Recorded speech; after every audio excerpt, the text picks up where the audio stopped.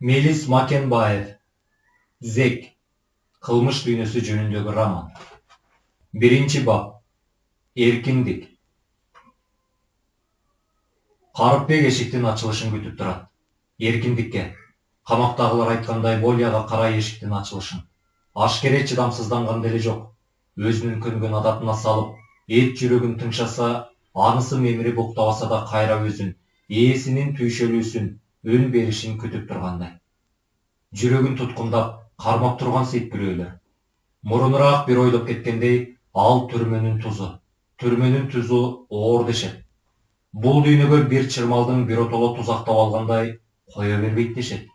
Үйүрүн сагынган жылкы баласындай кайра артына кайрыла берет дешет. Дешет көп.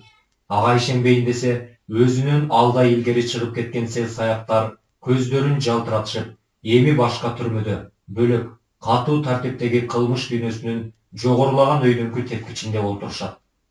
Тактап айтканда жазаларын өтөшүүдө. Дагы бир кылмыш үчүн. Мурунку жасаган кылмышынан бөлөкпү же ага окшошпу, иши кылып бир кылмыш. Кылмыштардын жүзү бирдей, түрлөргө бөлүнгөнү болбосо, айтууга дитиң чыдабайт. Кубаттуу электр тогу чуркатылган тикенек сымдарды, сырттагы таза абаны, эркиндикти көөдөнү менен тоскон бийик дубалдарды, ошол боз дубалдардын тегерегинде сенин азаттыгыңды колдон талашуучудай ажылдап жүргөн иттерди, тартип бузгандарды кармоочу изолятордун аба өткөрбөгөн темир торлуу чүтөрөйгөн терезесин, одурайташып алган дубалдарын, таң эртеңден кечке чейин угулган менттердин ачуу кыйкырыктарын, кар борошологон кышта не төөңдө тешип кетүүчүдөй күн ачуу тийген саратан жайда болсун, эки маал жүргүзүлүүчү тикенген тик турган текшерүүлөрдө жыты бүксүгөн, эптеп эле тамагаты бар баламданы дагы көп нерселерди жек көрсөң да, миң алекеттен өткөрүп, сөгүп боктосоң да, бул сенин тагдырың. Артына эч кайрылгыс, эч өзгөрүлгүс тагдырың. Сен Зексиң. Жаза мөөнөтүн өтөп чыккан Зексиң. Зек деген ат өмүр бою өчпөйт. Жападан жалгыз, сени эч ким тааныбаган, сырткары бир дүйнөгө барып жашасаң да, аны өзүң унутпайсың. Мен Зекмин, мен олтуруп келгем деген кайгылуу ой көкүрөгүңдө өмүр бою жашайт. Карыпбек дали эшиктин алдында турат. Ошентип тура берүүчүдөй сезилет. Ар бир мүнөттүн жылышы кылымга тете. Ошону менен бирге артынан бурулуп карагандан да тартынат. Бир сындырым нанды чогуу бөлүп жешип, бул тикенектүү дүйнөнүн азап тозогун тең көтөрүшүп, эми алардан мурун эркиндикке чыгып бараткан үчүн жүрөгүндө кысымы бар. Бирок өзү деле Волияга чыгып бараткан сел саяктардын соңунан узата тиктеп калып калчу эмес беле? Өзү ошондо эмнени ойлоду экен? Азыр эсимде жок. Ушул саамда кимдир бирөө анын ийине колун койду. Чочуп кетти, бирок ийинин тартып алган жок. Кыңай бурулса, туз даамдашы делден кулак бакыттын көзүнө көз учурады. Карыпбек, Волияга кетип баратпайсың да? Менин бир катымды ала кетчи. Балыкчыга барасың да, Ооба, балыкчыга барам. Эгер убакыт жетишерлик болуп калса, бүгүн эле кетем. Ушул сөздү айтаарын айтып алып, жүрөгү табырап кетти. Карасаң, сыртка башпак элеп жатып, балыкчыга бүгүн бараарын айтып турган. Ой, Кудай-ай, чын эле бүгүн болсо, бүгүн болбосо эртең туулган шары балыкчыны көрөбү? Арас балыкчыны көргөн соң, анын адамдарын, апасын, атасын, бир туугандарын, корбо курдаштарын да көрөт. Ушул жерден Карыпбек кыжаалат ойго кептеле түштү. Ырас, адамдарды көрөт, алар аны көрөт, андан арычы? Аны кабыл алышы аар бекен? Кантип карайт алардын жүзүнө? Бетме бет келишип сүйлөшкөндө жакындык сезимдерин белгизишеби жокпу? Мурункудай ар бир аткан таңга кубанып, анын арулугуна ыраазы болуп жашайбы? Же далысына кадалган саар көздөрдүн какаарын сезип, анын ызгаарын жүрөк аркылуу өткөрүп, бара-бара өзү да ошондон чүнчүп, корсунуп, эптеп-септеп күн өткөрмүш болобу? Бул ойлор учкан куштай зып этип, жан дүйнөсүн жанып өттү. Ою башкада болгону менен көзү бакытта. Ал түшүндүрүп кирди. Анда Карыпбек, мына бул капты балыкчыга барарың менен Чапаев көчөсү 92-үйгө жеткирип бересиң. Тайэжем жашайт ошол үйдө. Катта баары жазылган. Өздөрү билишет эмне кылышты. Ушул сөздүн соңунда айтсамбы айтпасамбы дегендей Бакыт ыргылжың болуп туруп муну сүйлөдү. Жарым жылдан ашып кетти. Үйдөгүлөрдөн кабар жок. Сарсанаа болуп атам. Апамдын эски жүрөк оорусу бар. Же беркинилерим шек шыбаасын билдирип кат жазып койбойт. Ошолордуку өттү. Бул жерге түшпөгөндөн кийин билбейт экен да. Эмне кылабыз, чыдайбыз да. 2-3 кат жөнөттүм, жооп жок. Мага келбей эле койсун. Үйдөгүлөрдүн аманчылыгын билдирип, кат кабар жөнөтүп турушпайбы? Өзүң жакшылап түшүндүрсөң, Карпбек. Жакшы жүр, каке. Волиядан кезигерибиз акыры. Хыле баштарыңды унутпа. Албетте. Өзүң да жакшы жүр, Бакыт. Аманатыңды болсо жеткирем. Ушул соңку кош беш айтышууну күтүп тургансып, эки серс аяктын бет маңдайында турган оор, калың эшик шылдыратып ачыла баштады. Бакыт шашып сүйлөбөйдү. Жакшы бар, Карпбек. Волияга чыгышың менен. Бакыттын кебин кубаттагансып, артыраак тургандар чурулдап жиберишти.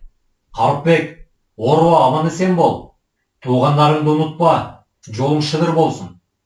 Болгер, деди ошого уда эшикти ачкан мен. Селектордон кайра чакыртса келбей, нымтырап каласыңар да. Ой, жарым зона келген го узатууга. Эмне, келем жыргатам деп, убадасын берип жатат го, деди узатуучуларга. Туй, сволочь, мент. Менттен кылбай койбойт экен да.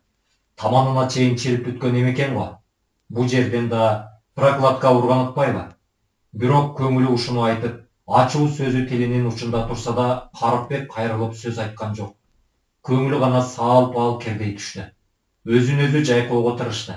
Эмне кылсын бул байкуш? Көргөн күнү ушу болсо, эртеден кечке зонанын кире беришиндеги эшикти ачып жаткан менен убара. Балким, улам эркиндикке чыгып жаткандарга көз артуу бардыр оюнда. Эшиктин туткасына моюнунан байланган иттен бетер кирип чыккандарды этек жеңинен бурдап-сурдап каап алууга үлгүрүп, камшылап, жаланып жуктанып, тишине бирдеме илинсе илинди, илинбесе жок, кезээрип чала тойуп болуп турса. Мындайлар зонаны аралап, 1:30 болуп басышпайт. Эшик кайтаргычтардын арасында зонаны араламак турсун, вахтадан ары мурдунун учун баш бактыра электери бар. Бири-бирөөнүн өпкөгө бычак жеп калбайын дейт окшойт. Зонаны аралап, секцияларга тартынбай киргендер тиги бык, анан Чефербак деген атка конгон, жүрөгү курч, дерзкий менттер кирбесе, бөлөктөр кирбейт. Менттердин деле жоругу жолдо калсын.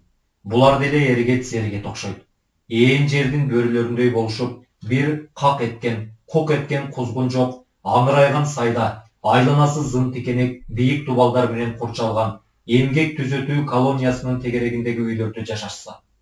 Чоң дүйнөдөн бөлүнүп калган өңдү, же кино көрбөсө, же китеп бетин ачпаса, буларга да кыйын. Булардан көрө айланасы деңиз менен курчалган жалгыз аралда жашаган Робинзон Крузого алдаганча жеңил болуптур. Тегереги көк жашыл токой, түркүн жан жаныбарлар, канаттуу куштар, көз жетпеген алыстыкка чейин созулуп жаткан, тынымсыз ойдологон, көбүрүп жабырган улуу мухит. Ээн сайда жатып зеригишкен окшобойбу? Бир күн эле майрамдын асты болуучу менттер экиге бөлүнүшүп, былчылдашып, мушташып киришти. Эмгек акы маяналарын майрамдын астында берилүүчү акчалай сыйлыктарын алышкан болуулары керек. Көпчүлүгү кызуу. 2-ге, 3-кө, 4-кө бөлүнүшүп, кыжыңдашышып, бирине бири баш бербей сөз талашышып, вахтанын жанынан эле моюн беришпей, акыры эки жаатка бөлүнүштү да салгылашып киришти. Сыртка чыгып да убара болушкан жок. Кеч күз болуучу. Үстүлөрүндөгү оор шинелдерин, бушлаттарын чечип, ыргытып жиберишти да, жилзонадан промзонага кетүүчү вахтанын тушунан эле башташты концертти. Муштумдар абада сереңдеп, таш тамандуу офицер өтүктөр дүп-дүп этет. Тепкен сайын.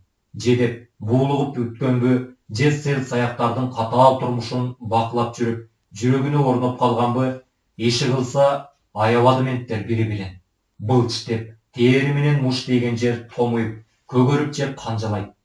Оор сокку жегендери ала салып барып, же турган ордунда шылт дей түшөт. Тура албай өңгөктөгөндөрү да бар. Кайрат жыйып, ордунан секирип тура калып, төбөлөшкөндөрү да бар. 20дай киши 40тай муштум, 40тай бут дүпөдүп. Булар да өжөр болушат окшойт. Артқа чегініп, бири да качкан жок. Тимеле жан аяшпай былчылдашышты. Селсаяктарга Кудай берип салды. Коштолуп, Жилзонага чыга бериштеги вактадан анда-санда үн катып коюшуп, болуп аткан окуяны кызыгуу менен акмалап турушту. Айгүл эр экен, деди бирөөсү. Урган жери сая кетпейт окшойт. Тигине дагы бирөө көмөлөнүп түштү. А быкчы? Бык бокко жарабайт экен. Дон койгон бой эле болбосо, көзгө эки жол жеди. Буларга эмне жин тийген? Көбүнчө Кумовской отдел менен производственниктер мушташып жатпайбы? Экөөнүн кайнаса каны кошулбайт эмеспи? Бири-бирин жеп тынышсын. Айгүл дагы бирөөнү ыргытабайды. Айгүл, Бык, Чефирбак зектердин койгон аттары. Мүнөзүнө, кебете кешпирине тууралап. Мисалы Айгүл шынга бойлуу, кыздай болуп жылмаңдаган сулуу сымак мен. Бык болсо күржүйгөн, буту колдору жүндүү, көзү тик, төбөсү менен караган, мүнөзү кырс, өгүздөй чоң нер. Чефирбак болсо тууралжың келген, курсактуу, селсаяктар коюу чай, чефир кайнатчу банкиге окшогон неме. Оозуна шайтан түкүрүп кеткендей, сүйлөгөн, тилдүү, бирок кишиге көп залалы жок адам. Көбүрүк жабырган бозодой болуп жүрө берет. Акыры кызылдар бири-бирин кызыл ала кылып, кээ бирөөсү көк ала койдой союлуп, чарчаштыбы, жандары тыныштыбы же демдери суудубу, айтоор акакташып энтигишип аркай жерде чачылган кийимдерин колтуктарына кысышып, жай-жайына тарап кетишти. Концерт бүттү, деген анда-санда селсаяктардын бирөөсү. Булар деле бир топ махат этишет экен. Аябай эле бастырышты булар бири-бирин. Буктарын бир чыгарышты окшойт, Ал болду. Эртеңки күн да болду. Жараттарын дарылагыча тыякты көбүрөөк жеген, көздөрү тоңуйган, көкала болгон менттер зектерге көп көрүнбөй, эринин таяк жеген катынындай болуп, көбүнесе вахтанын Кумовской бөлүмүн паанылап жүрүштү. Анан жараттардын издери кеткен соң кайра үндөрү катуулай башташты.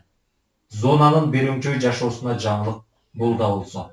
Не ушул жаңылыктан уламбы, таякты көп жеген кызматташтары арызданганбы, не өз каалоосу менен жумуштан бошодубу, ошондон көп өтпөй Айгүл атка конгон мен эч арадан көрүнбөй калды. Петровкага которулуп кетиптир деген имиш сөз жүрдү.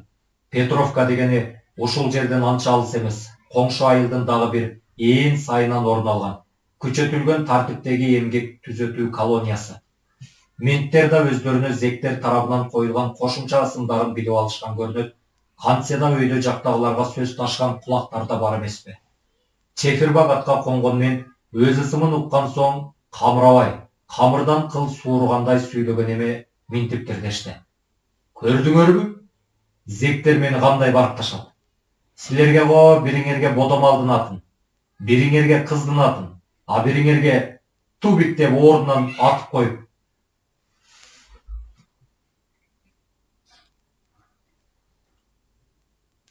Бириңерге тубик деп ордунун атын коюптур.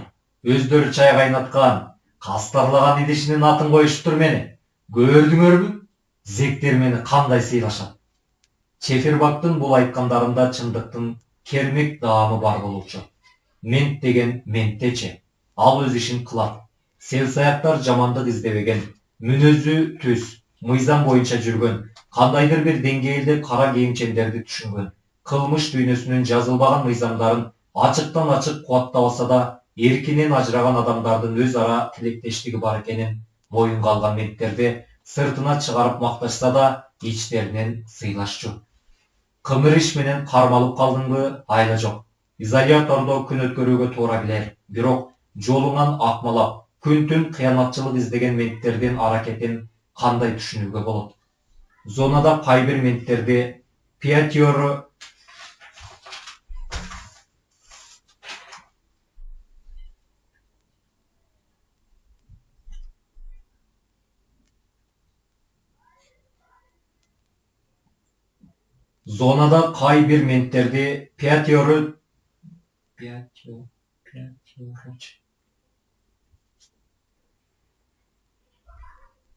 Зонада кайбир менттерди пятиорочниктер деп коюшат. Кыргызча маанисине которсок, бештиктер. Неликтен? Булар да менттер дүйнөсүнүн кыймыл түзгөн пассандары сыяктуу. Күн түн жортуулда. Бир айырмасы булар өз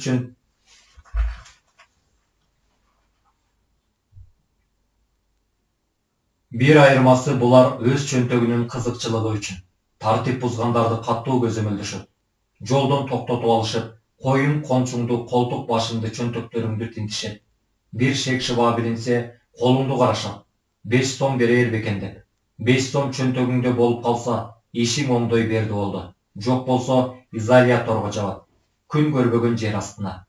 Бештиктердин кайдан болсо да учуратууга болот. Запреткадан, булуң бурчтардан, көмүскө жерлерден, асмандан түшкөндөй эле пайда болот.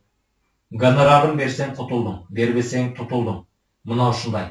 Кайырчыдай болуп 5 сом сурап тургандары үчүн буларды зектер пятиурочниктер дешет. Менттердин дагы бир түрү бар. Законниктер. Мыйзам боюнча так, туура жүргөндөр. Акча да албайт, жеңилдик да бербейт. Мыйзамдын эмгек түзөтүү колониясынын тартибин буздуңбу? Аял жок, бирок ашык да эмес, аз да эмес. Өз чегинде жаза бердиртет. Бирок мындайлар сейрек. Бул зонада бирөө гана бар болуучу. Алпамышев деген.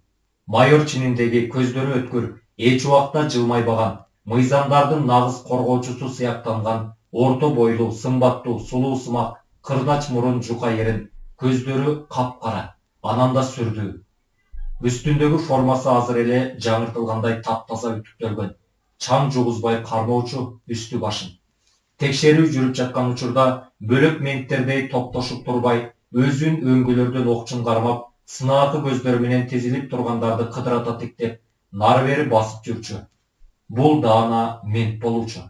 Мыйзамды коргоо үчүн жаралган сыяктуу, бирок болгон бүткөн турпатынан бөтөнчө муздак тактыктын леби уруп турчу. Изолятордон нечен айлар күн көрбөй жатып жедеп, таш дубалдардын, сыз астананын суугу, менттердин кордугу, кемсинткен сөздөрү сөөгүнөн өтүп, чучугуна жеткенде, жүрөгүндө жылуулук калбай, жырткычтык каарга толуп, не алсыз сезимге баш ийип, келечегинен үмүт үзүп, моюнуна сыйыртмак салып, муунуп, кыркырап, жан талашып, тыбырчылап өлгөндөр болот. Ошондо денеси тирүү кезиндегиден узунураак тартып, созулган бул шордуунун өлүгүн жиптен чыгарып, замбилге салып, изолятордон алып чыгып баратканда, Алпамышев тушунан өтүп калса, жүрөгүндө бир аёолуу тамыр козголоор беле. Не муздак, жылмайбаган көздөрү менен замбилде жаткан, тыртайган арык, жансыз денени карап, жийиркеничтүү түрү менен терс бурулуп кетеби? Эгер антсе, аны эч ким күнөөлөбөйт. Күнөөлөөгө негиз жок. Тек бул анын өлүмдөн да муздак, кайдыгер, капкара туңгуюктай жан дүйнөсүнүн көлөкөсү деп атаса болот. Бул да түрмө деп аталган коркунучтуу көп жайдын бир кыры.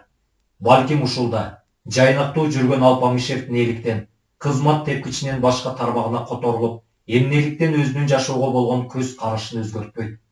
Балким анын рызкысы ушундай капкара туңгуюктай жан дүйнөсү ушул капкара түрмө зона аталган жайга байланып калып жүрбөсүн.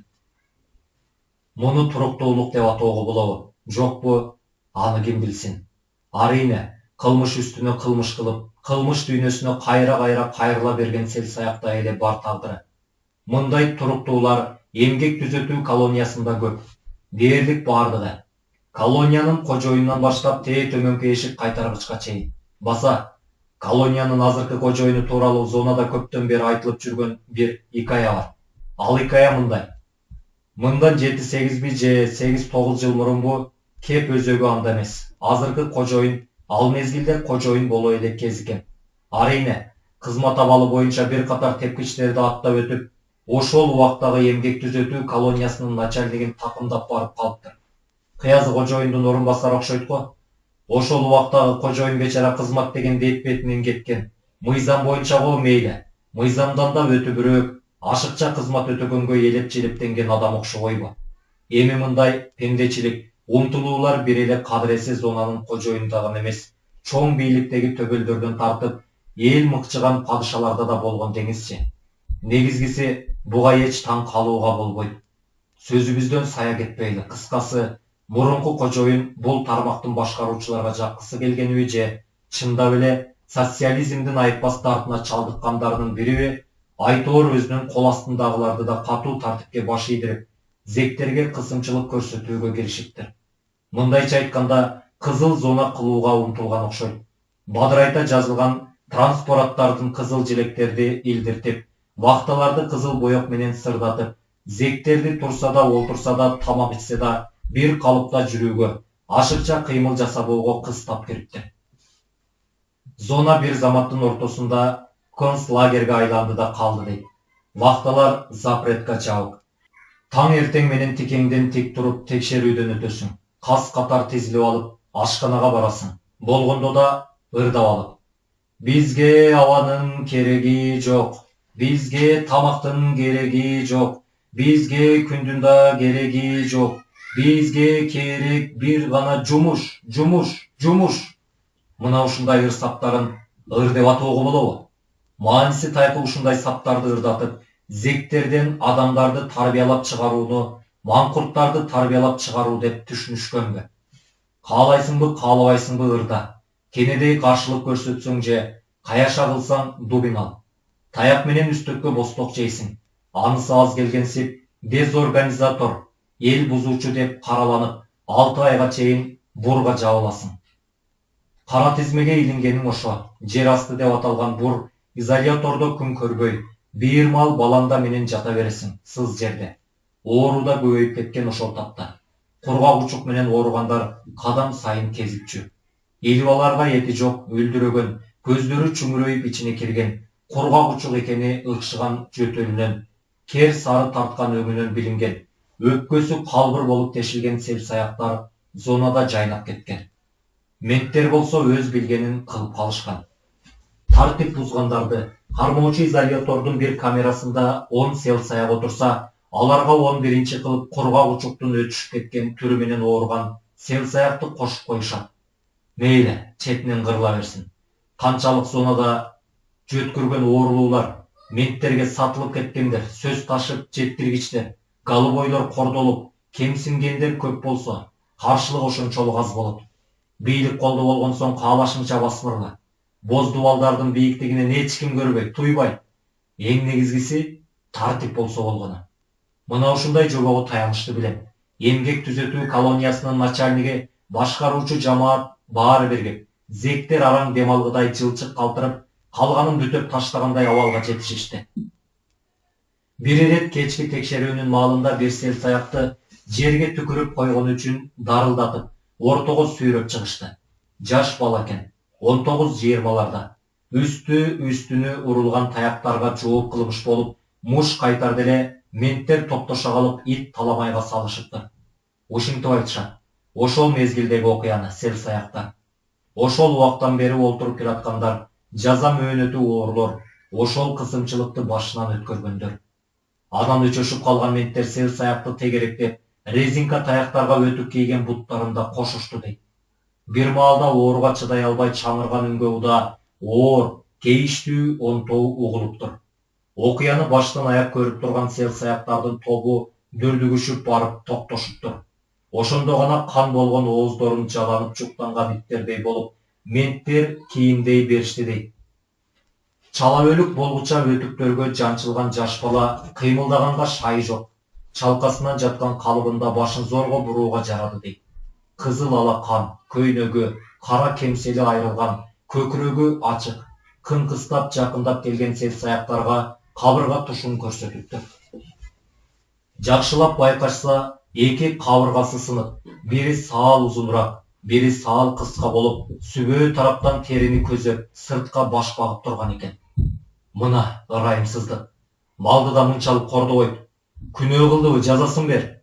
Жырткычтык мамиленин керегине. Селсаяктар ары кетип, бери кетип сүрдүгүшүп, кыжырлары ташып кайнаптыр.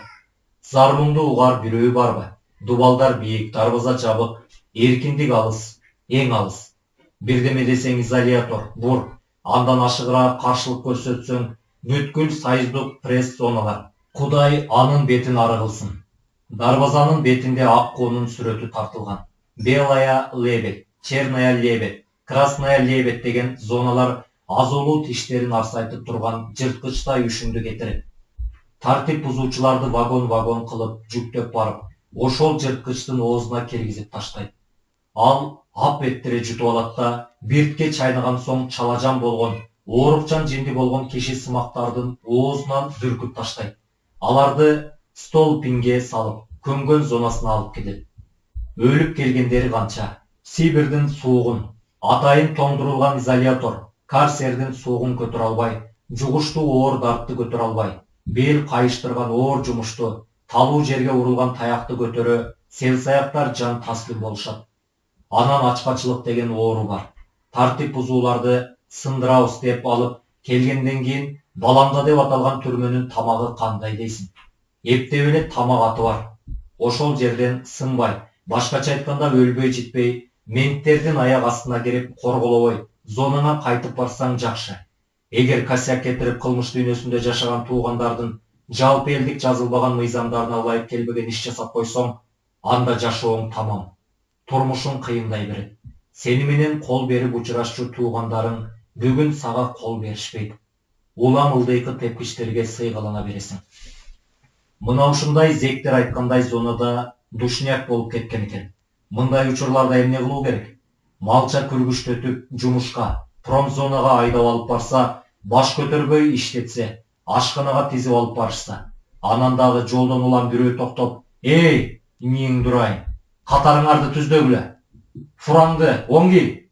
Сенин топчуң эмне жок? Сенин чачың эмне өсүп кеткен?" Ушинтип ашканага баргыча жүз токтотот. Акыры ашканага барсаң, баландан муздап калган, үстөлдөрдө тизилген боюнча турат. Баланданын жарымы өлгөн чымындар. Келгенче менттер жүз токтотуп, кыжырыңды кетиришкен. Эми баландаңдын кебетеси тиги. Ыйлап ээ жаздайсың. Өмүрүңдү каргап шилебейгиң келет. Колуңда бомбаң болсо, мына бул сени кордогон менттерди жардырып ийгиң келет. Тишиңди аргасыз кычыратасың. Жүрөгүң люк-люк соот. Ал сага кайрат айтып, тынчтандырып жаткансың. Калчылдак баскан колдоруңа кашыкты аласың. Колуң да титирейт, кашык да титирейт. Кашыгыңа баланданы толтуруп, кичине урттайсың. Өлгөн чымындарды калкып таштап, кайра урттайсың. Жийиркенген сезимди ичиңде өлтүрөсүң. Көп сезимдерди өлтүрөсүң. Жаза мөөнөтүң бүткөчө. Алиги баланданын түгөтөсүң, акыр аягына чейин. Өлбөс үчүн ичесиң. Жумуруңа жуг илингендей, эл катары чымырканып жашап, мүмкүн болушунча кордукту азыраак тартыш үчүн баланданы ичип бүткөндөн кийин кайра промзонага барышың керек. Жумуш күн аяктагыча, саңырсыган май жыттанган абадан дем алып коюп, күйүш алып түшкөн станоктордун жанында алпурушуп жүрө бересиң. Беймаксат, сезимсиз, кызыгуусуз гана. Бир темирди колуң алып, тетик чыгарып жөнөтүп турмай. Ырас, жумуш сени алаксытат. Убакыттын кандай өткөнү билинбейт. А жумуштан кийинчи? Жумуштан кийин кайра тизип алып, жил зонага алып барышат. Жолдон 10-20 ирет токтотуп, жил зоначы баш аягы 1 чакырымга жетпеген, 4 тарабынан тосулган чоң короо, 3 кабаттуу 4 үй турат. Бири-бири менен туташууга, катташууга уруксат жок. Киши боюнан 3 эсе чоң келген темир торлор, ортосунда дарбаза, вахта. Бүттү. Ар ким секцияларына кирет да ызылдашып жата беришет.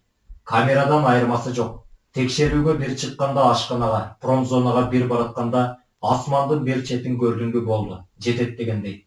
Кылмыш дүйнөсү бул да өзүнчө бир коом, өзүнүн тили, өзүнүн мыйзамдары, тилектештик мамилелери бар.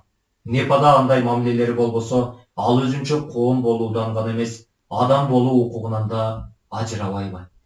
Мына ушул адам болуу, тилектештик, жакындык сезимдерин билдиришип, өздөрүнүн кезмети келген селсаяктар локалкаларды тоскон, киши боюнан 3 эсе бийик, жоон темирден ширетилген тосмолорго тырмышып чыга башташат. Бул тартип бузуу дегендикке жатат. Бирок кантесиң? Локалалардын сыртында изолятор, бурда, көздөрүн жалтыратышып, эчен күн, эчен айлардан бери чала тоюп болуп күн көрүп, кезээрип отурган туугандарына барыш керек. Сенин башыңа да ошондой оорчулук күн түшүшү мүмкүн. Андыктан менттерге көргөзбөй, көп күндөрдөн бери тамекиден, чай, кант, нандан үнөмдөп, ар кайсы селсаяктардын ырыскысынан өзгөчө бир сарамжалдуулук менен жыйналган грузду тиги күн көрбөгөн бечараларга жеткиришиң керек. Локалкаларды көөдөнү менен тоскон темир торлор кандай бийик? Анын үстүнө атайын учтуу шиш өңдөнүп жасалган жогору бөлүгүнөн өтүү кандай кыйын. Бул үчүн эптеп-септеп жогору чыгып, шиштерге сайылып калбас үчүн, кол бутуңду алдырып албас үчүн өтө сактык менен нары жагына өтүшүң керек. Канча балдар колдорун, айрыкча манжаларын алдырышты.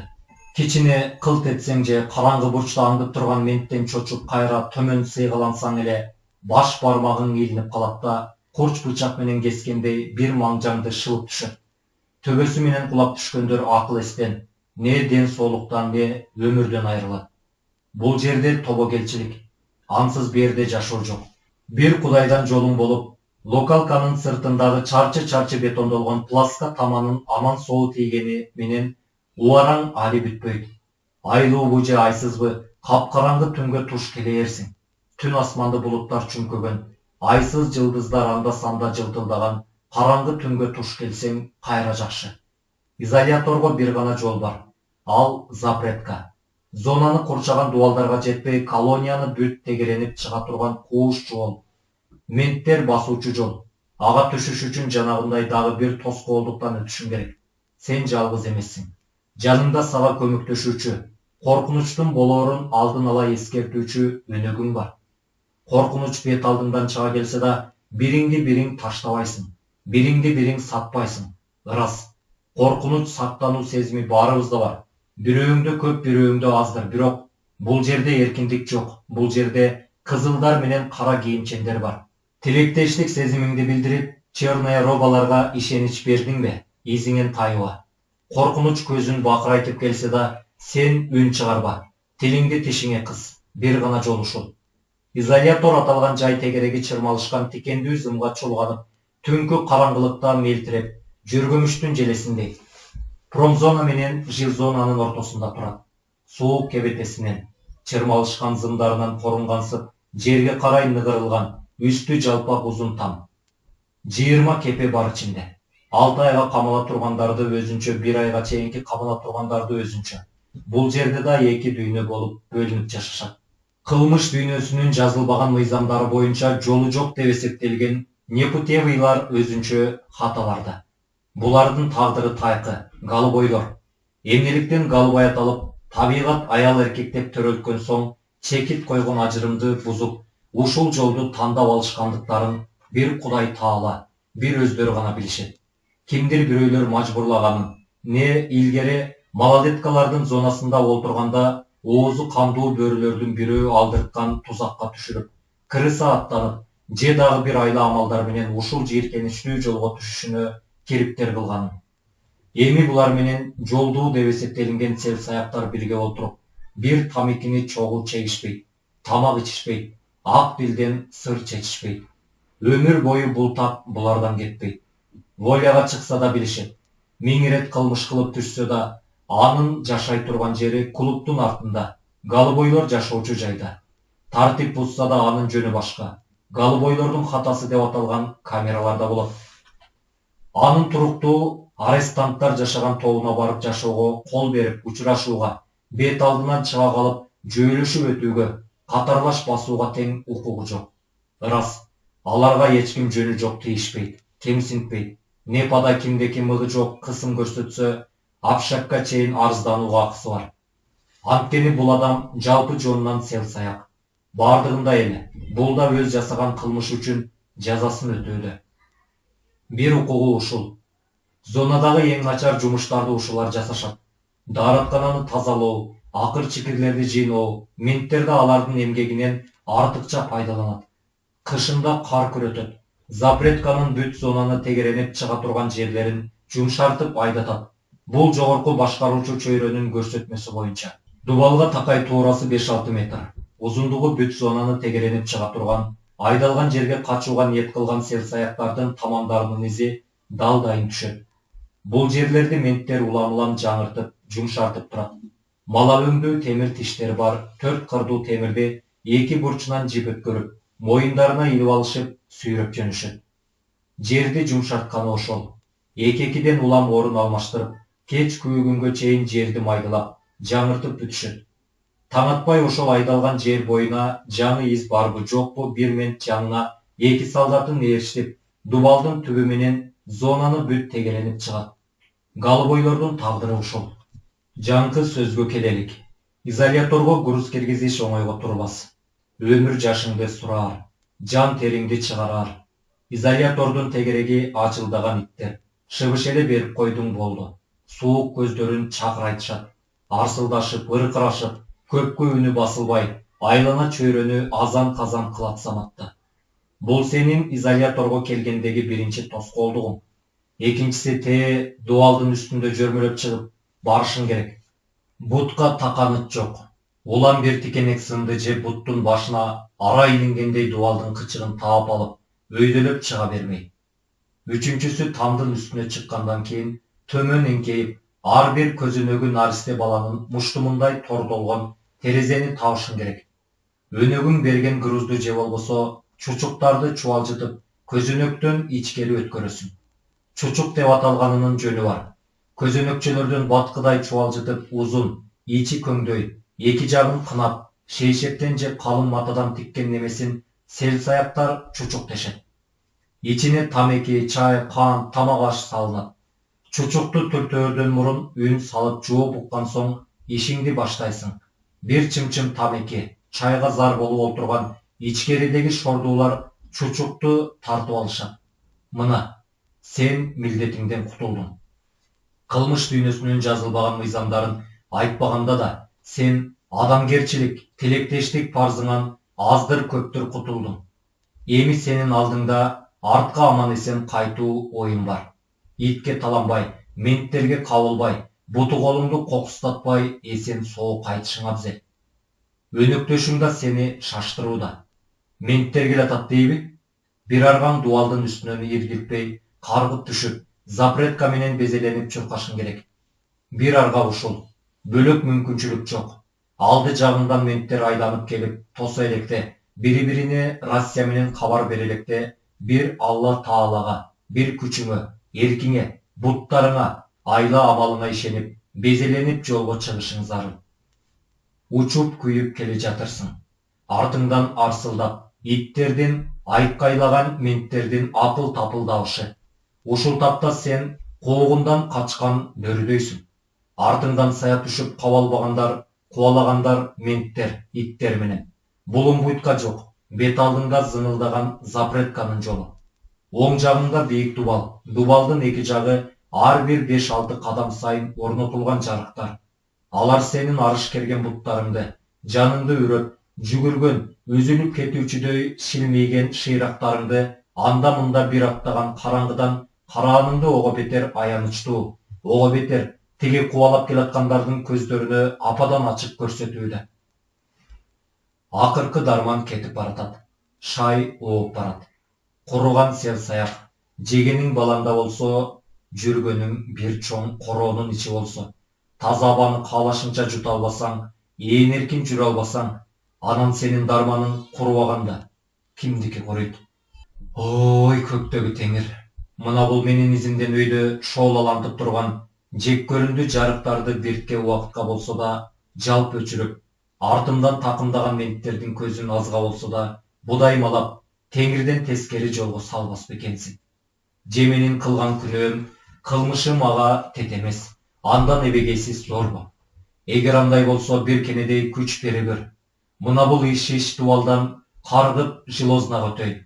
Ал жерде туугандарым бар. Алар сактап калышат. Ишенем мен аларга.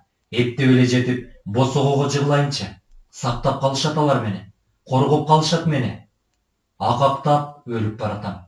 Бир уурттам суу болсо, артымдан келип калышты тегилер. Иттери астыда, багалектен жула калуучудай болуп, эптеп шиш дубалга чыгуу керек. Бир манжам эмес, 10 манжамды тең алып кетсе да мейли. Кор болгуча коопсуз жүргөн дурус. Дарман жок, чыдаган жаным. Дагы бир аз чыда. Жаным, о Кудай, бул эмнеси? Кутула албай калдым. Мына, багалектен алышты. Ити да, менти да. О, энекебай, ушундай кордукту көргөндөн көрө төрөбөй койсоң болмок экен мени. Мына ушундай апаат күндөрдө кызыл зона кылууга умтулган кожоюндун аракетинен улам дем алууга жылчык калбай, Чабалақтаған сел саяқтардың тобының чыдамдары кеттіби, түйшеле башташты. Қозғолон чыгарышса, анда қожойын дарбызан ачып, танкалардан тартып, оқ өтпөс кемселдерді içinen кийинишкен құралды аскерлерді киргизет. Қан төгілет, баш жарылып қол сынат, елге қиын болот. Ансыз деле Тобиктен дарынын жетишсиздигинен өзара айкаштан, жумасына бир же эки өлүк зонадан чыгып атканда кандай болоор экен элдин абалы. Козголоң чыгарыш ал 2 саат деле, бирок теги жаңгы жердин зонасындай болбос бекен тагдырлары. Ал жерди да катуу кысып келгенде эл жабыла козголоң чыгарышыптыр. Өрттөлбөгөн барак калбаптыр. Темир тордун ичинде камалган, буулуккан жырткычтай урунуна бериптир эл. Анан сел саяктарды тынчытмакка кожоюн куралдуу аскер чакыртыптыр. Ар кандай айтышат ошол окуяны ар ким. Колдорунда темир, өздөрү жасап алган штырлардан бөлөк эмнеси бар дейсиң сел саяктардын. Аскер деген аскер да, топон суудай каптап кирип, кара кийимчендердин бирин да ылгабай сындырышып, аяосуз тепкилеп, башы көздөрүн жарышып, айрым өжөрлөрүн кундак менен бир чаап, биротоло тынчытышыптыр. Куралдуу аскерди кожоюн өзү чакырткан соң, кимге эмне шам сурап алары, издеп алары жок, зектерди бышырып жесең да өзүң билерсиң. Далай өлүп чыкты дейт. Анын эсебин ким алып коюптур? Иши кылса, жанын Кудайга тапшыргандар көп болуптур. Чала күйгөн өлүктөр, кундак тийген, ок тийген, тепкиден жанчылган, өң кебетеси таанылбай калган сел саяктардын өлүктөрү. Ошол окуяга аралашкандардын тирүүлөрү дайыма кезген эл арасынан, үн катышпай төңгөгө. Тири шумдук ошол окуяны каректерине, жүрөктөрүнө чөгөрүп алышкан сел саяктар көп нерсени айтып беришер эле. Кылмыш дүйнөсүнүн кызылдарга карата каршылык көрсөтүүсү ар кандай түрдө болот. Бирди жарым сел саяк кысымчылык көрсө, эптеп-септеп бир мойка таап да кесинет. Кесинет деген ушул. Оң колуңа мойканы аласың да, сол билегиңди сунуп туруп, кан тамырыңды шала-шала тилип таштайсың. Же курсагыңды.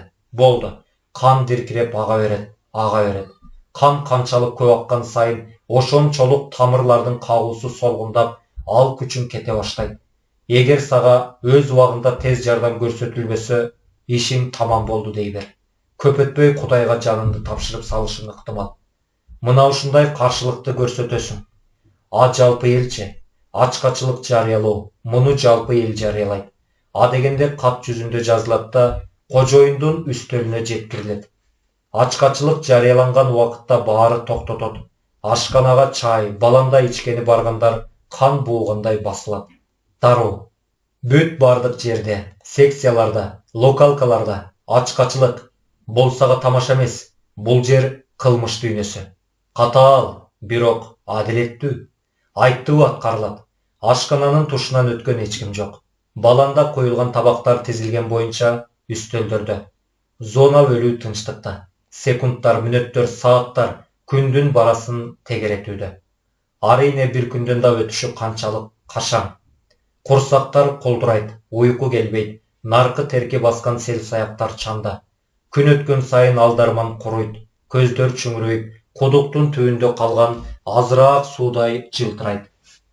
Кабыргалар саналат, муздак ныңшыган тер чыгат чекелерден. Толмоор суткан көңүл кош, уйку дейин десең уйку эмес, сезим ээлейт, жан демдерин. Уйкуга каалыгып баратканда сезим көңүлүндөгү сакталып калган жалган тууштон селт чочуйт. Каны качкан ипичке билектерине таянып, өйдө болот. Эмне болгон дабыш? Жок, эчтеке жок. Хозяин алардын талааларына жооп бере элек. Бербеши да мүмкүн. Кой, кайтара жатыш керек. Ал жок. Суу ичсеби?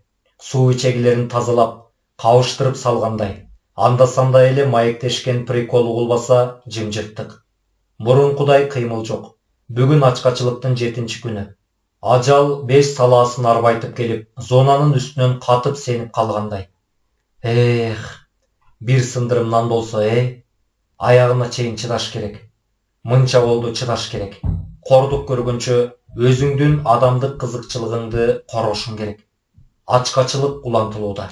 Ачкачылыкты бир гана жыл зонадагылар эмес, изолятордо жаткандар да жарыялашты. Аларга эки эсе оор, жаткан жери сыз, күн көрбөсө, бир маал берилүүчү баландадан сууктун мизин майтарчу ысык чайдан ажыроо кыйын. 7 күн болду. Ачка жаткандарына. Баландасын албай кайра кайтарышат. Кожоюндан шыбыш жок. Бүт зона кырылып калса да оң жооп бербөөчүдөй. Дудук, тынчтык. Мына ушул мезгилде шартта эшитилди дейт сырткы эшиктен. Азыркы мезгилдеги кожоюн ошол кезде орун басар экен. Сүйлөгөндө билиниптир. Чыдагыла балдар, дагы бир аз чыдасаңар, тигинин куюшканы кыйшайып калды. Дагы 2 күн чыдап койсоңор, суранам силерден. Дагы 2 күн. Анан жашооңор жеңилдейт. Убадамды берем. Тиги кетет да өзүм силердин талабыңарды орундатам. Ишенип койгула мага. Ушинтип ар кайсы кепеге келип, айтып кетип атат дейт ошол мезгилди башынан өткөргөндөр. Эски каторжандарга ишенсе болот. Алар төгүн сүйлөбөйт. Бирди эки деп көнгөн эмес. Болгонун болгондой айтып туруп калышат. Лагердик түшүнүк деген ошол. Көп жыл олтуруп, кара кылды как жаргандай сүйлөгөн, башынан түз жүргөн, түз сүйлөгөн сел саяктар ушундай болот. Алгач түшүнбөй калганбыз дейт. Эски каторжандар көрсө кара эчкиге жан кайгы, касапчыга мал кайгы болуп аткан тура. Кожоюндун ордун ээлөөгө шашылып жаткан тура бул кургур. Мунун оюн түшүнгөн соң ыкшыган күлкү аралады дейт. Кепелердин ичин ансыз да шайманы ууп турган кичмандар күлкүдөн ууп жыгылып калышыптыр. Карасаң үй таандыгын. Ортодон пайдаланып кетейин деген экен да. Кара ит, сары ит, ак ит, баары бир ит. Билген богун жей берсин. Талаптарын орундатса болду. Бийликтин башында ким турат? Баары бир эмеспи? Зонанын кожоюну болуп, бийликке келүүгө эмне түртмөктөйт болду экен? Зонанын эмнесине кызыгышат? Ырас-ырас, кылмыш дүйнөсү жашырып жабууланып келген. Көмүскөдөгү бир жай эмеспи? Көздөн жашыбын, сел саяктардын эсебинен күн көрсө болот эмеспи? Ким текшерип жатат дейсиң? Камактагылардын ырыскысын өөнөйсүңбү же бөлөк нерсесинен ченеп бычып оокат кыласыңбы? Өз эркиң. Зектер эптеп септеп өлбөстүн күнүн көрсө болду. Ошентип азыркы кожоюн учурдан пайдаланып бийликке келген имиш. Аздыр көптүр сел саяктардын талап суроолорун орундаткан имиш. Иши кылса кызылдардын арасында зектердин кызматынан пайдаланып өз кет башынын кызыкчылыгын ойлогондор да болбой койбойт экен. Андан эликтен Карыпбектин мына бул эшик кайтарган менттен кер какшык кебине ыза болушу керек. Башы тиги кожоюн болсо, койругу эшик кайтаргыч мент. Экөө ажырымы жок. Тамчы суудай окшош. Башчысы, кол астындагысы да. Ушуларды бир сыйра аткан октой көңүлүнөн өткөрүп, Карыпбек өзүнө муздак жылмайып койду да, эркиндикке карай алып чыгуучу эшиктен ары, ичкериге кадам шилтеди. Бирок соңундагы эшик биротоло жабылаарга чейин Карыпбек айтып калууга үлгүрдү. Волияга тез чыккыла, туугандар! Оорубагыла! Дагы бирдеме дешти. Тиги аны узаткан бечаралар. Бирок үндөрү даана угулган жок. Ачылып жабылып көнгөн баш кесер желдеттин колундагы чаап көнгөн курч балтадай ийкемдүү каалга чагылгандай тездикте күлдүрөп жабылып калды. Карыпбектин соңунан айтылган каалоо тилектерди жарым жартылай угузбай, үзүп жулкуп, бырчалап салган өңдүү. Дүйнө экиге бөлүнүп, Карыпбек алардын ортосунда калды. Карыпбек эки эшиктин аралыгында. Бет маңдайындагы эшиктен бөлөк дагы канча эшик бар? Аны билбейт.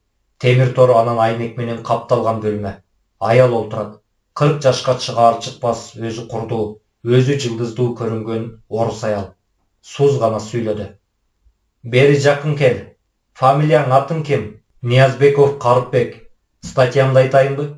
Айтканча актыгын мунун. Сенсиз деле билебиз. Бул ирет аял күлүмсүрөп койду. Жылмаюу куп жарашат экен. Өңү нурдана түшкөндөй болуп.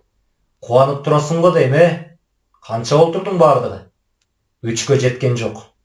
Мунапыс чыгып калбадыбы? Баарын билебиз дебедиңер беле? Билгениңер кайсы? Кайра менден сурайсыңар. Сөздү илип алганга устасыңбы? Засепка дейбизлерчи? Бизчеби? Сөзүн кайталап, туурап койду Карыпбек. Бизче көп сөздөрдү дешет. Көңүлүң алба, жубата сүйлөдү аял. Үй бүлө барбы? Бу да сөзсүз түрдө. Тиги суроолорго киреби? Ооба да. Жок да десем болот. Кааласаң жооп бербей эле кой. Үйлөнгөн эмесмин. Анда эми үйлөнөсүң да. Ай, кайдан? Жакында эмес го.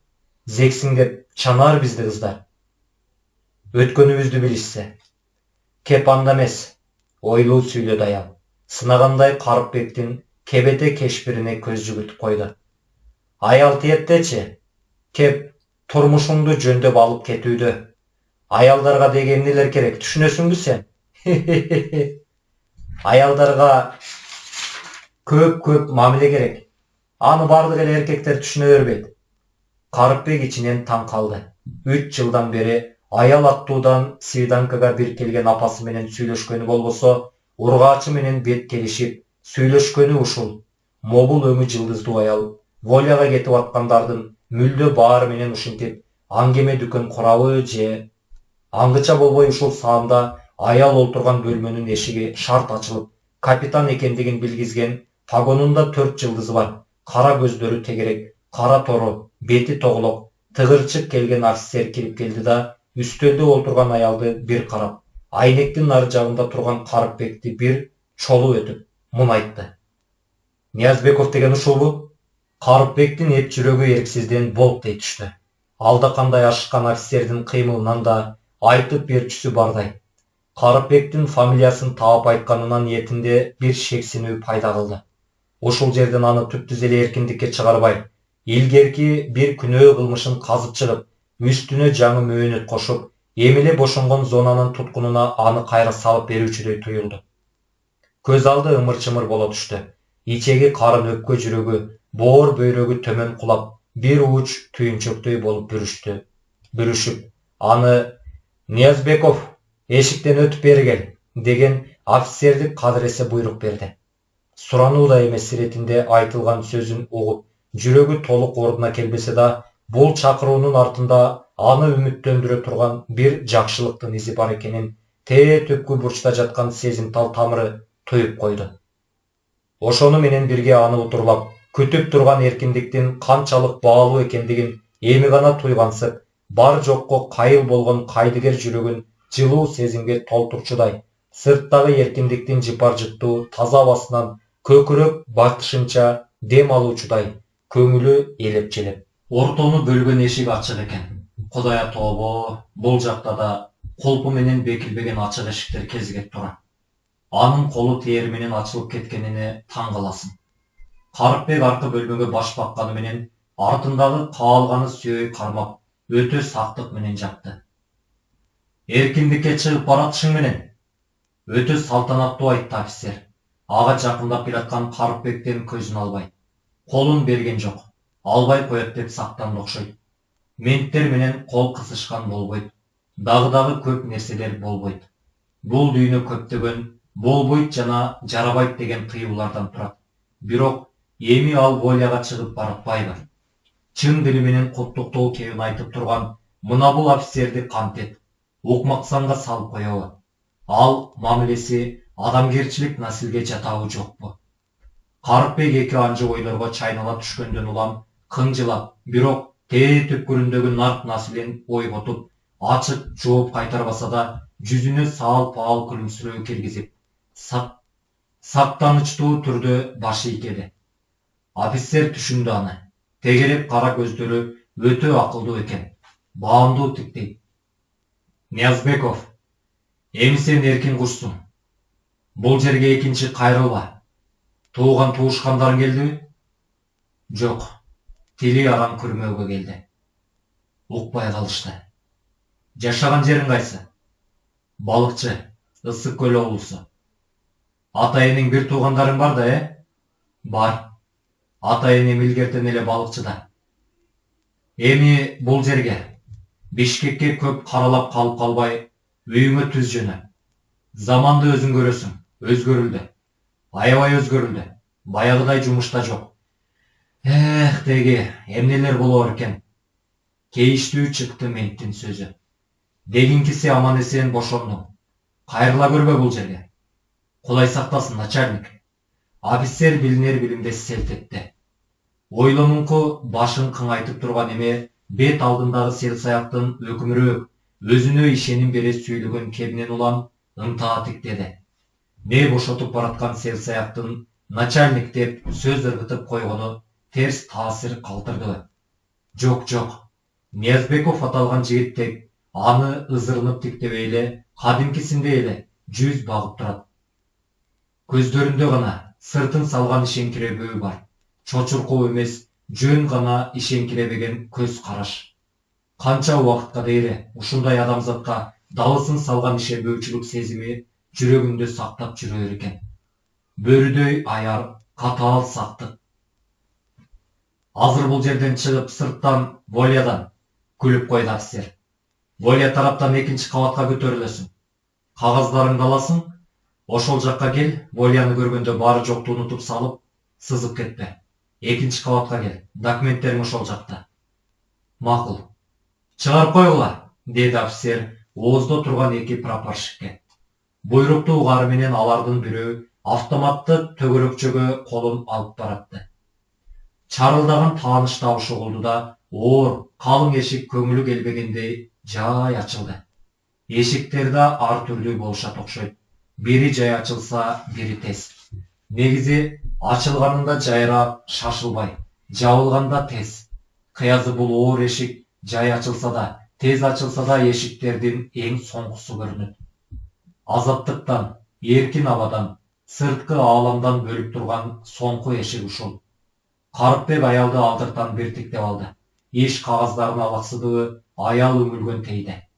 Толугураак келген жумуру ийиндери, далысын жапкан, уюлгуган коюу ак саргыл чачы, саал көлөкө түшкөн кырдач, узунураак мурду, кашынан төмөн коюу көлөкөнүн ичиндеги нуру өчөйлөп, көздөрүнүн чийими билинип турат. Волияда мындай сулуу аялдар сансыз. Аял талчыбыктай солкулдаган кыз кезинде ушул чала көгүмдөнгөн бөлмөгө келип, ошол көп жылдардан бери баш көтөрбөй, иш кагаздарын жазып, толтуруп, ошондон бери ушул куракка жетип, көздөрүнүн жээгин бырыш, билинер билинбес желелеп, ар бир ирет таңда туруп, жумушка бараар алдында күзгүгө каранганда, бырыштарынын күндөн күнгө көбөйүп баратканына сана аркап жүргөнүн, дагы бир 10-15 жылдан кийин түйдөк чач кемпир аталарын ойлоп кетти. Кош болгула баарыңар. Менин эркимди кыскан боз тубалдар, жөргөмүштүн желесиндей тытыша чырмалган текенек сымдар, зектер, ыйык деп санаган санчасть, изолятор, бейтапкана, ошондой эле промзона, ашкана, свиданка, карантин, жилзона, бир токочту 3-4 бөлгөн, ошого каниет кылган. Таарын саңар, таарын сыңар ичиңерде, капа күйтүңөр жүрөгүңөрдүн тереңинде жүрүп, жан дүйнүңөр куурулуп, агында козголбос жер сыяктуу түнт болуп бараткан туугандарым. Кошкула, бар болгула жер үстүндө. Ырыскыбыз бир жерден болсо, акыры кезгээрбиз жер үстүндө. Карыпбек сыртка кадам шилтеди. Сен да кош бол, оор эшик. Тез-тез ачылып тур. Соңунан жабыла көрбө. Туугандардын эркиндикке карай тез-тез ачылган мээримдүү эшиктерден бол. Эшиктин жабылганын сезди, бирок бурулуп, ал жакка көз салган жок. Жерге карай 5-6 тепкич 2-3 кадам шилтесе жерге жакындайт. Андан ары 10 кадамдай коридор өңдүү кууш өткөл. Күн жаркырап тийип турат. 1993 жылдын күз айынын башталышы. Кууш өткөлдүн чыга берерде сол жакта темир дарбаза, аждаардын оозу ушулго сыягы. Карыпбекти биринчи алып келгенде ушул дарбазадан киргизишкен болуу керек. Ал кезде каякка келгенин, кантип келгенин билген эмес. Эми көрүп олтурбайбы? 3 жылдык күлгүндөй өмүрүн зона деген тикенектүү дүйнөгө берди да. Кыйратып иш бүтүргөнсүп, оозун аңырайта ачып, далай сезимдерди, кыял максаттарын колдон жулдуруп ийген жетим баладай бозоруп, ич ааламында аңыраган боштукту туюп, эмгек түзөтүү колониясынын алдында турат. 3 жылдын ичинде эмнени жоготту да эмнени тапты. Буга жооп бериш өтө кыйын. Аны мезгил, алдыдагы жашоо, азыр өзү бет келишип, сүйлөшө элек адамдардын мамилеси билгизет, таразалайт, түгүл өз бүтүмүн чыгарышы да ыктымал. Мүмкүн сен биздин арабызда биз өңдүү эркин ойлоп күлүүгө, үй бүлө күтүүгө, Пендечилик жашоонун билинбеген кичинекей бактынан ооз тийүүгө акың жок деп, анын оомалуу төкмөлүү тагдырынын аягына килейген чоң чекит коюп коюшу да мүмкүн. Анын далдырап турганы дал ошол себептүү.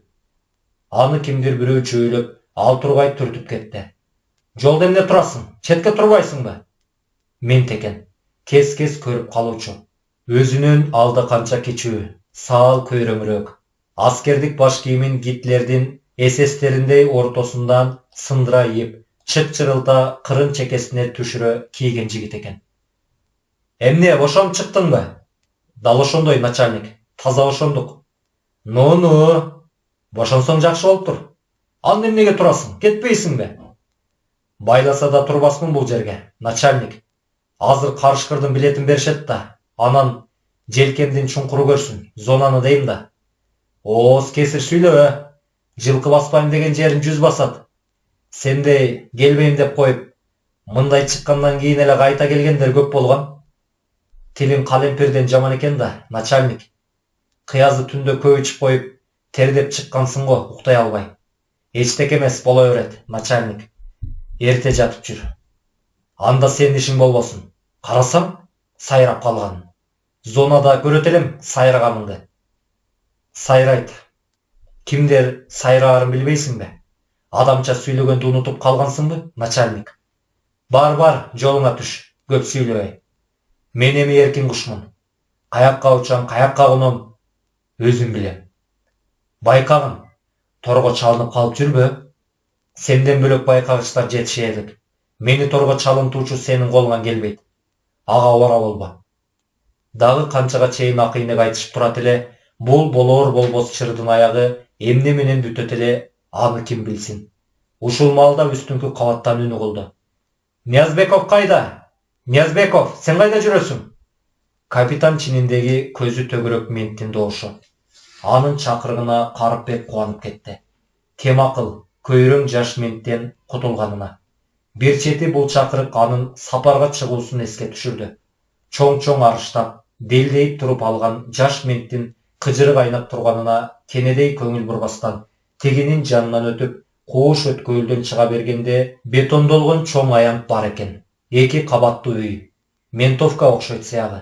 Токтоп турган жеңил машинелер 3-4 караан көзүнө чалдыкты эле, көз жүгүртүп отурбай аянттын бурчун кесип өтүп, оң тарапка, үстүңкү кабатка чыга турган оозго бет алды. Бул жаш мент менен жылуу мамиледе сүйлөшүүгө мүмкүн эмес.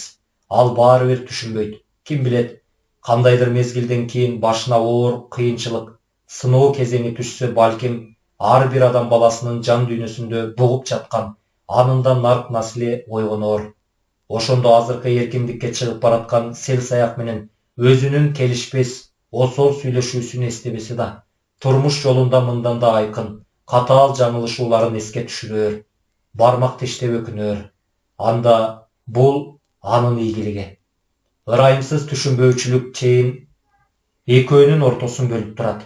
Бул чейинди ким ойлоп тапкан? Ага ой санаа коротушпайт. Ачынында келсе, экөө тең бир атанын балдарындай, дене мүчөсү окшош, ой сезимдери да бирдей нукта. Тагдыр жолдор гана бөлөк.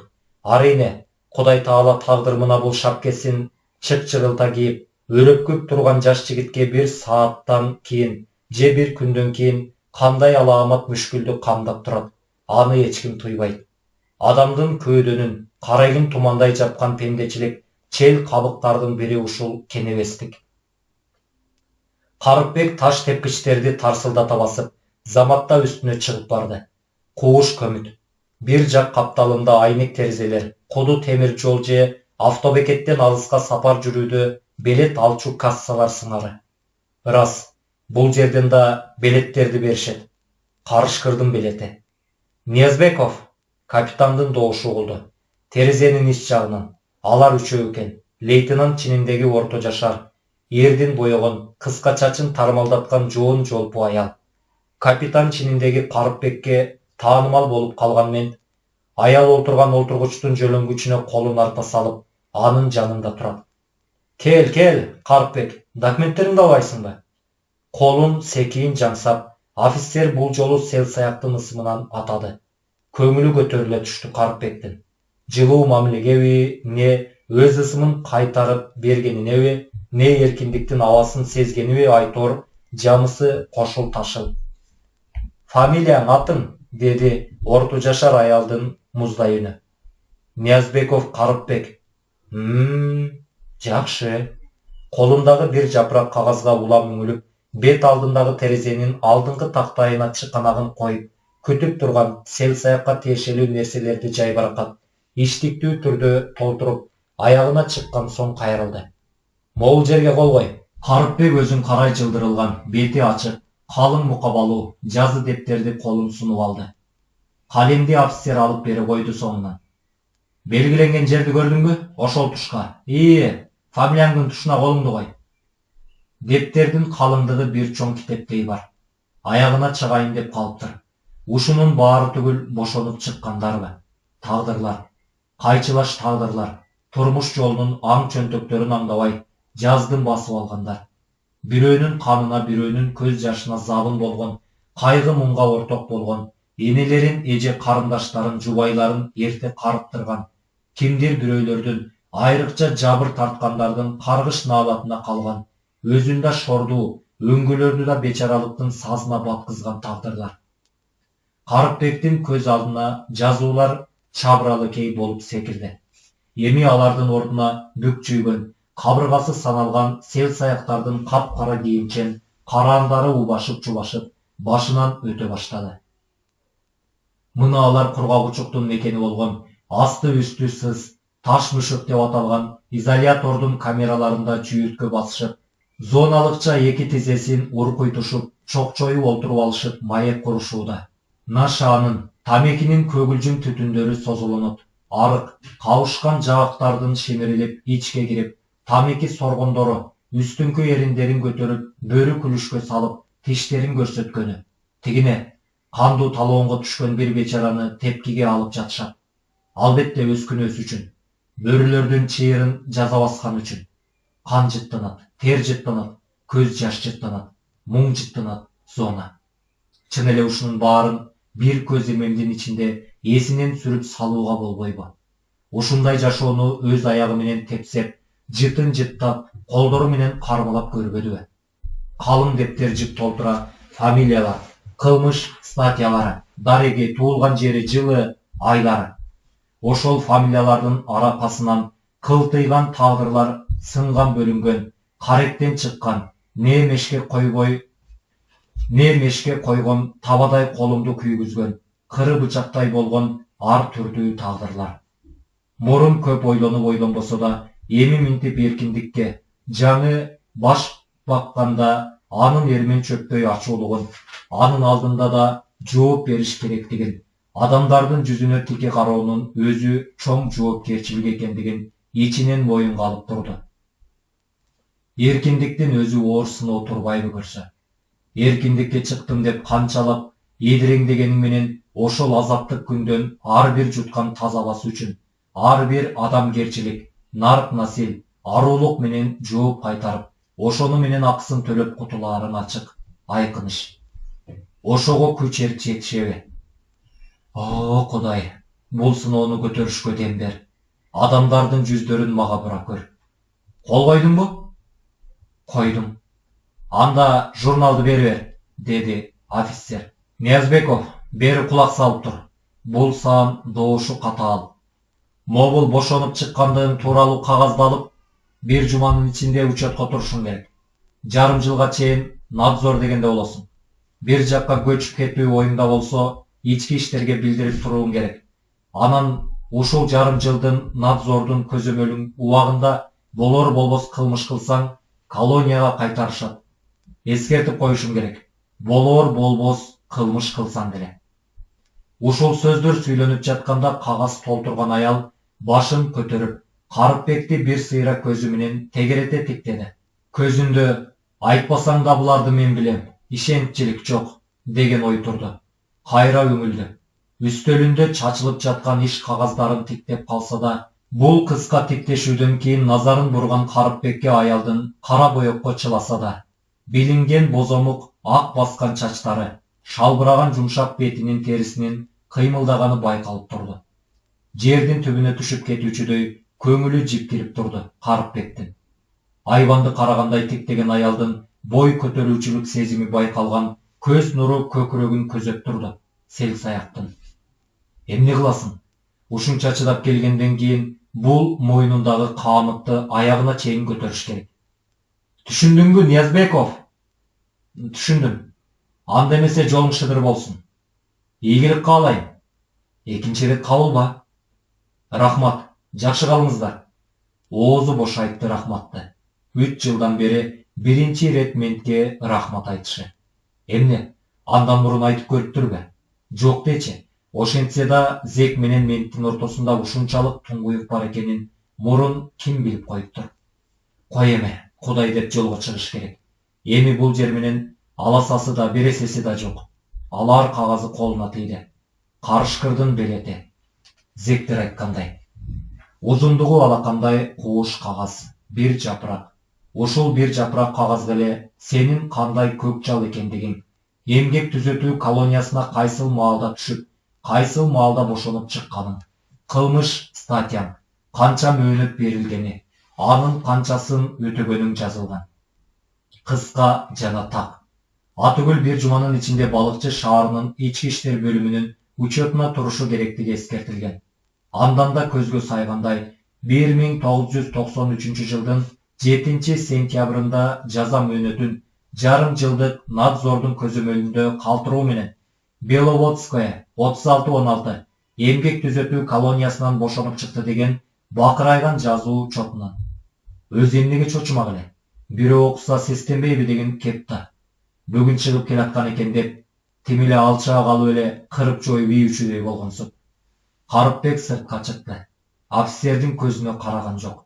Үстүңкү кабаттан түшүп, таза абага чыкканча таманы астындагы жердин катуулугун сезбей койду.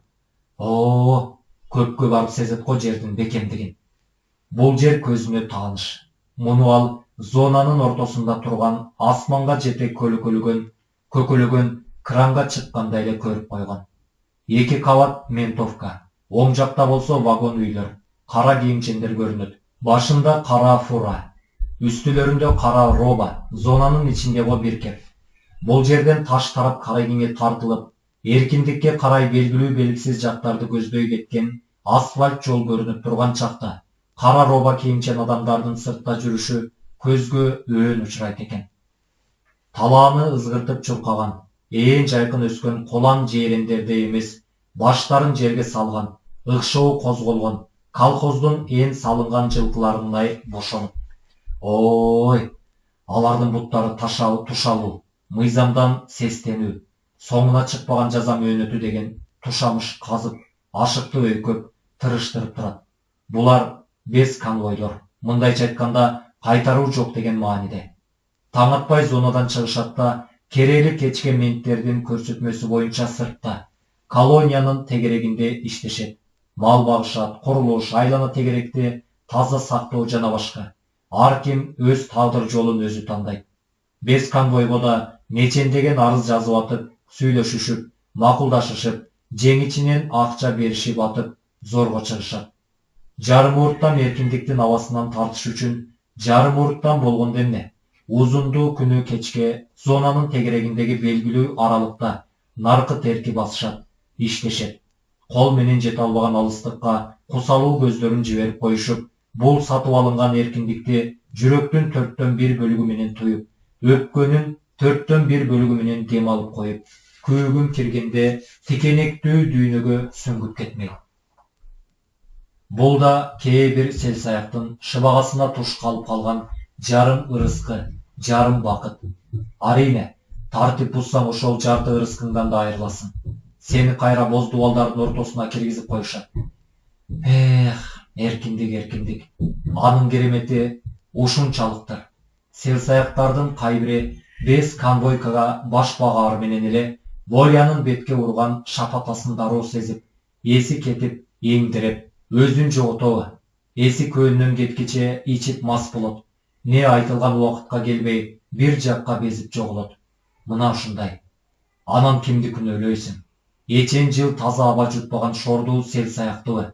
Не алып учуп жетип келген Boğuna kıskan erkindiktibi. Boğruna kıskan erkindiktibi. Ne erkin жашоонун кадырын сезбеген дүнүйө капар ментттердиби. Тиги эркиндиктин күнүнө көзүн бардап, ача элек шорду сел саяктыга жетелеп барып көмгөн жайы тикенек дүнүйөгө киргизип коюшат. Анысы туз даамдаштарынын жүздөрүнө карай албай, көзүн ала качат. Сен минттиң, сен анттиң деп аны эч ким кагып силкпейт. Буга эч кимдин акысы жок. Ар ким өз керт башынын кожоюну. Бирок ошентсе да ал өзүнөн өзү чүнчүп кетет. Эмнеликтен? Себеби абдан жөнөкөй. Сен кызылдарга ишенич берип, заявка жазып, арыз жазылган кагазыңды көтөрүп алып бардыңбы? Бардың. Демек, ишиң ордуңдан чыгып, сыртка чыккандан кийин адамча жашап кет, шылкыйып кайра келбегидей бол. Братванын кадырын кетирбей, кылмыш жасап, раскрутка болуп кайра келсең го бир жөн. Анан ушунча аракеттен өтүп алып, бир порожняк тартип бузуу үчүн кайра келгениң жөнсүз иш. Бул сөздөрдү ачык айтпаса да сел саяктардын көздөрүнөн көрүнүп турчу. Андыктан календарный же болбосо коңгуроодон коңгуроого чейин олтуруу деген сөз бар. Кээде угуп каласың. Жаңы эле зонага келген чилиштен сурап калышат. Сурогуң канча? 3 жыл. Командировка мөөнөт турбайбы? Аяк биягыңды карагача эле өтүп кетет. Баланданын даамын да билбей кала турбайсың да. Ошондойбу? Теги жооп ордуна ырсайып коет. Эмне демек эле? 5-6 жылын олтуруп койгон. Сурок олтурган. Азуулуу сел саяк бет маңдайында турса. Азуулуу ошону менен жөн калбайт. Сөзүн улайт.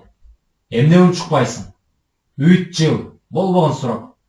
Колонкага койлам дебей, бул жашоонун ар жак бер жагын үйрөнүп, калчылдап жүрө бер. Кызыккан сел саяктардан бол. Түшүндүңбү? Смотри, кийин сөзүңдөн секирип кетпе. Секирген не канает. Сөз бердиңби, орундат. Эгер сөзүңдөн кетип койлам деп калсаң, башкача приколдошобуз. Кылмыш дүйнөсүнүн убадага бек тайбас мыйзамынанбы, көпчүлүгү колонкага коюлбай, жаза мөөнөтүн толук бойдон зонада өткөргөндөр бар. А эгерде колонное поселение деп аталган кара жумушка чектөөгө коюлуп калып, канча бир убакыттан кийин кайсы бир тартип бузуулардын аркасы менен зонага кайрылып келгендерди кыска гана возвратниктер деп коюшат. Мындайлар туруктуу арестанттардын арасында көп өткөрө беришет. Бирок Апшакта ынтымакта маанилүү прикол болуп жаткан жерде катышып олтурууга укуктары жок. Анткени ал возвратник менттерге заявка берип койгон. Бирок ушул жерден ойлонууга бир жагдай бар. Ал болор болбостой көрүнсө да, акыр түбү жагдай эмеспи? Бул мындайча. Сел саяктар канча бир топ машагаттан кийин колонкага чыгат. Өкмөттүн өз эрки. Аны суусу жок чөлгө айдап жибереби, не эле кыжылдаган шаар ортосуна жибереби, акыры бир жерге барат эмеспи? Алыскы тоолуу өрөөн нарын жергесине же Казакстанга чектеш талас аймагынабы? Каякка барса да жарым жартылай кара жумуш, ичкен жегени өп чап тамак. Мамлекет өзү кризиске белчесинен батса, ага кайдан тамак таап бермек эле? Мына ушул жерден орустун бир ылакабы эске түшөт. Волкан ноги кармайт. Кыргызча бөрү азыгын жолдон. Парадокспу же жашоонун келеке тамашасыбы? Тигил жакта да менттер, бул жерде да менттер. Арыйне экөөнүн түшүнүгү ар бөлөк. Зонадагы менттер канчалык мээримсиз болбосун, өздөрү да зектерге окшоп, кылмыш дүйнөсүнүн жазылбаган мыйзамдарын аздыр көптүр таанып билишип, братванын кулк мүнөздөрүндө үйүр алышып бүтүшкөн. Зонада срок өтө берет. Изолятордо болсун, жил зонада болсун. Зектер жаалдуу карышкырлар. Алар менен тил табышып, сүйлөшө билүү зарыл.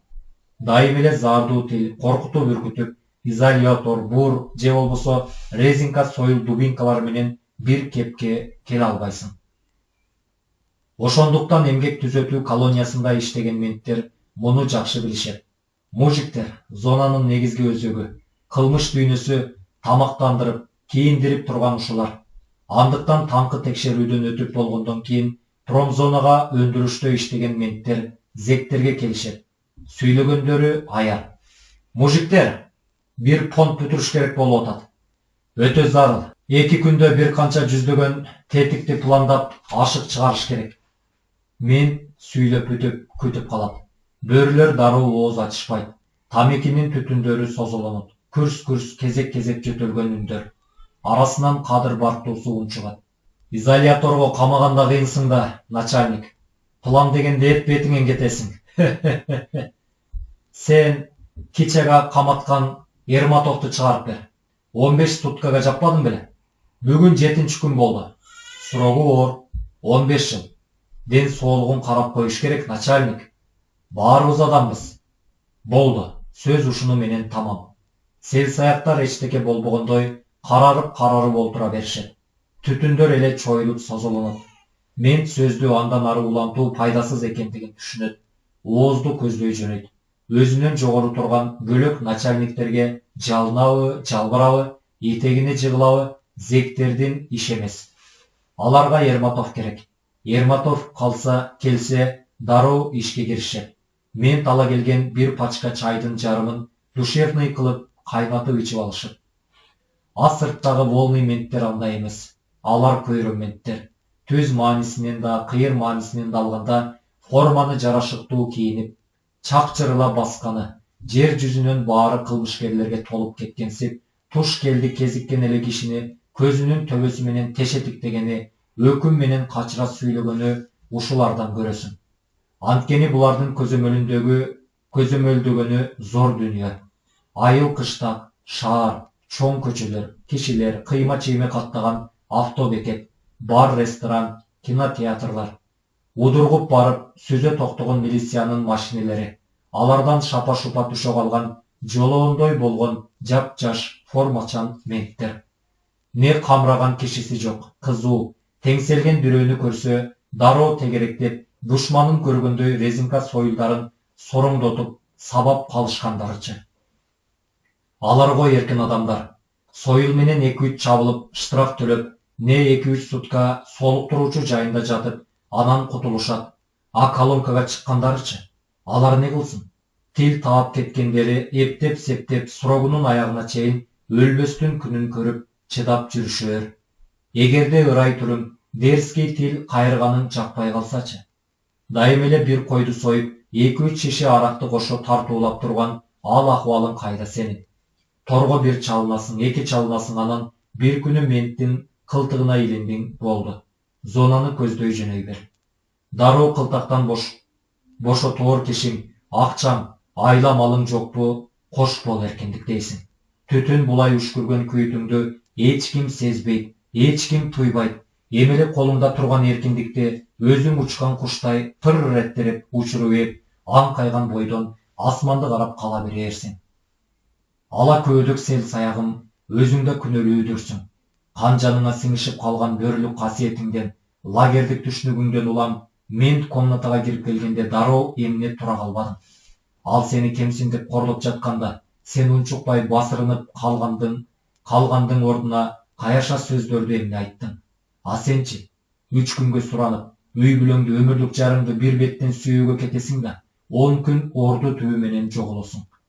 Не тууган айылдын алыш боюнан жоткон серүүн жели элиртиби, не ушунча жыл көрбөй, кезеги гана свиданкага келгенде жарым менен өткөрүүчү 3 күндүк бакытка моокуңуң канбай, эми жаңыдан азаптыкка чыкканда келинчегиңдин мурун болуп көрбөгөндөй таптаттуу, кумарлануу экенин туюп, дүйнөдө бар же жок экениңди унутуп, 3 күндүн ордуна 10 күн бейкапар жүрүп алып, эмеле кере дем алып турган эркиндикти жулдуруп ийгениң эмне? Кантип кине кое аласың силерге? А сенчи, КПСнын сыз камерасынан төпкү бурчунда көздөрүн жылтыраткан шордуу, эркиндикти 7 жыл чымырканып, зорго чыдап, жинкинин соолугуча күтөсүң да, көбү бүтүп азы калганда эптеп колонкага баш багып алдың эле, сени кайсы жин урду? Атаңдын акысы бардан беттер күндө аракты өкүртө ичип, акыры кара тизмеге илинип, жолуң зонага карай багытталып калгансыңар. А сенчи, бирөөнүн дүйнөсүнө суук колуңду салып, эми мурункусу аз келгенсип, сурогуңду үстүнө сурок кошуп алып, айланасы зым тикенек менен курчалган боз дубалдар дүйнөсүндө сапар алган турсуң. Жүзүңөрдөн, сөзүңөрдөн, кыймылыңардан билгизбейсиңер. Арыйне, өкүнүч бар. Арга канча, түрмөнүн тузу оор. Кандай оор. Бирок ошол тузду өзүбүз таткан уга аракет кылып аткан жокпузбу? Момогнойменттер көп, арыйны ага чыдоого болот эле. Же деп кылмыш дүйнөсүнүн жазылбаган мыйзамдары менен дем алып жүрүп, демибиз, сөзүбүз тикенектүү, темир тордой ырайымсыз, катаал, багынбас болуп калат тура. Кош бол эркиндик. Дагы бир жолу көрүшкөнчө. Башка салган мүшкүлдү дагы бир жолу көрөөрмүн. Канча жолу көрөөр экен. Кош бол эркиндик. Зектердин сөзү менен айтканда, воля. Мынчалык тездиги коюндай, толкундай сапырылган ойлорду ойлоого чактысы келген эместир Карыпбектин.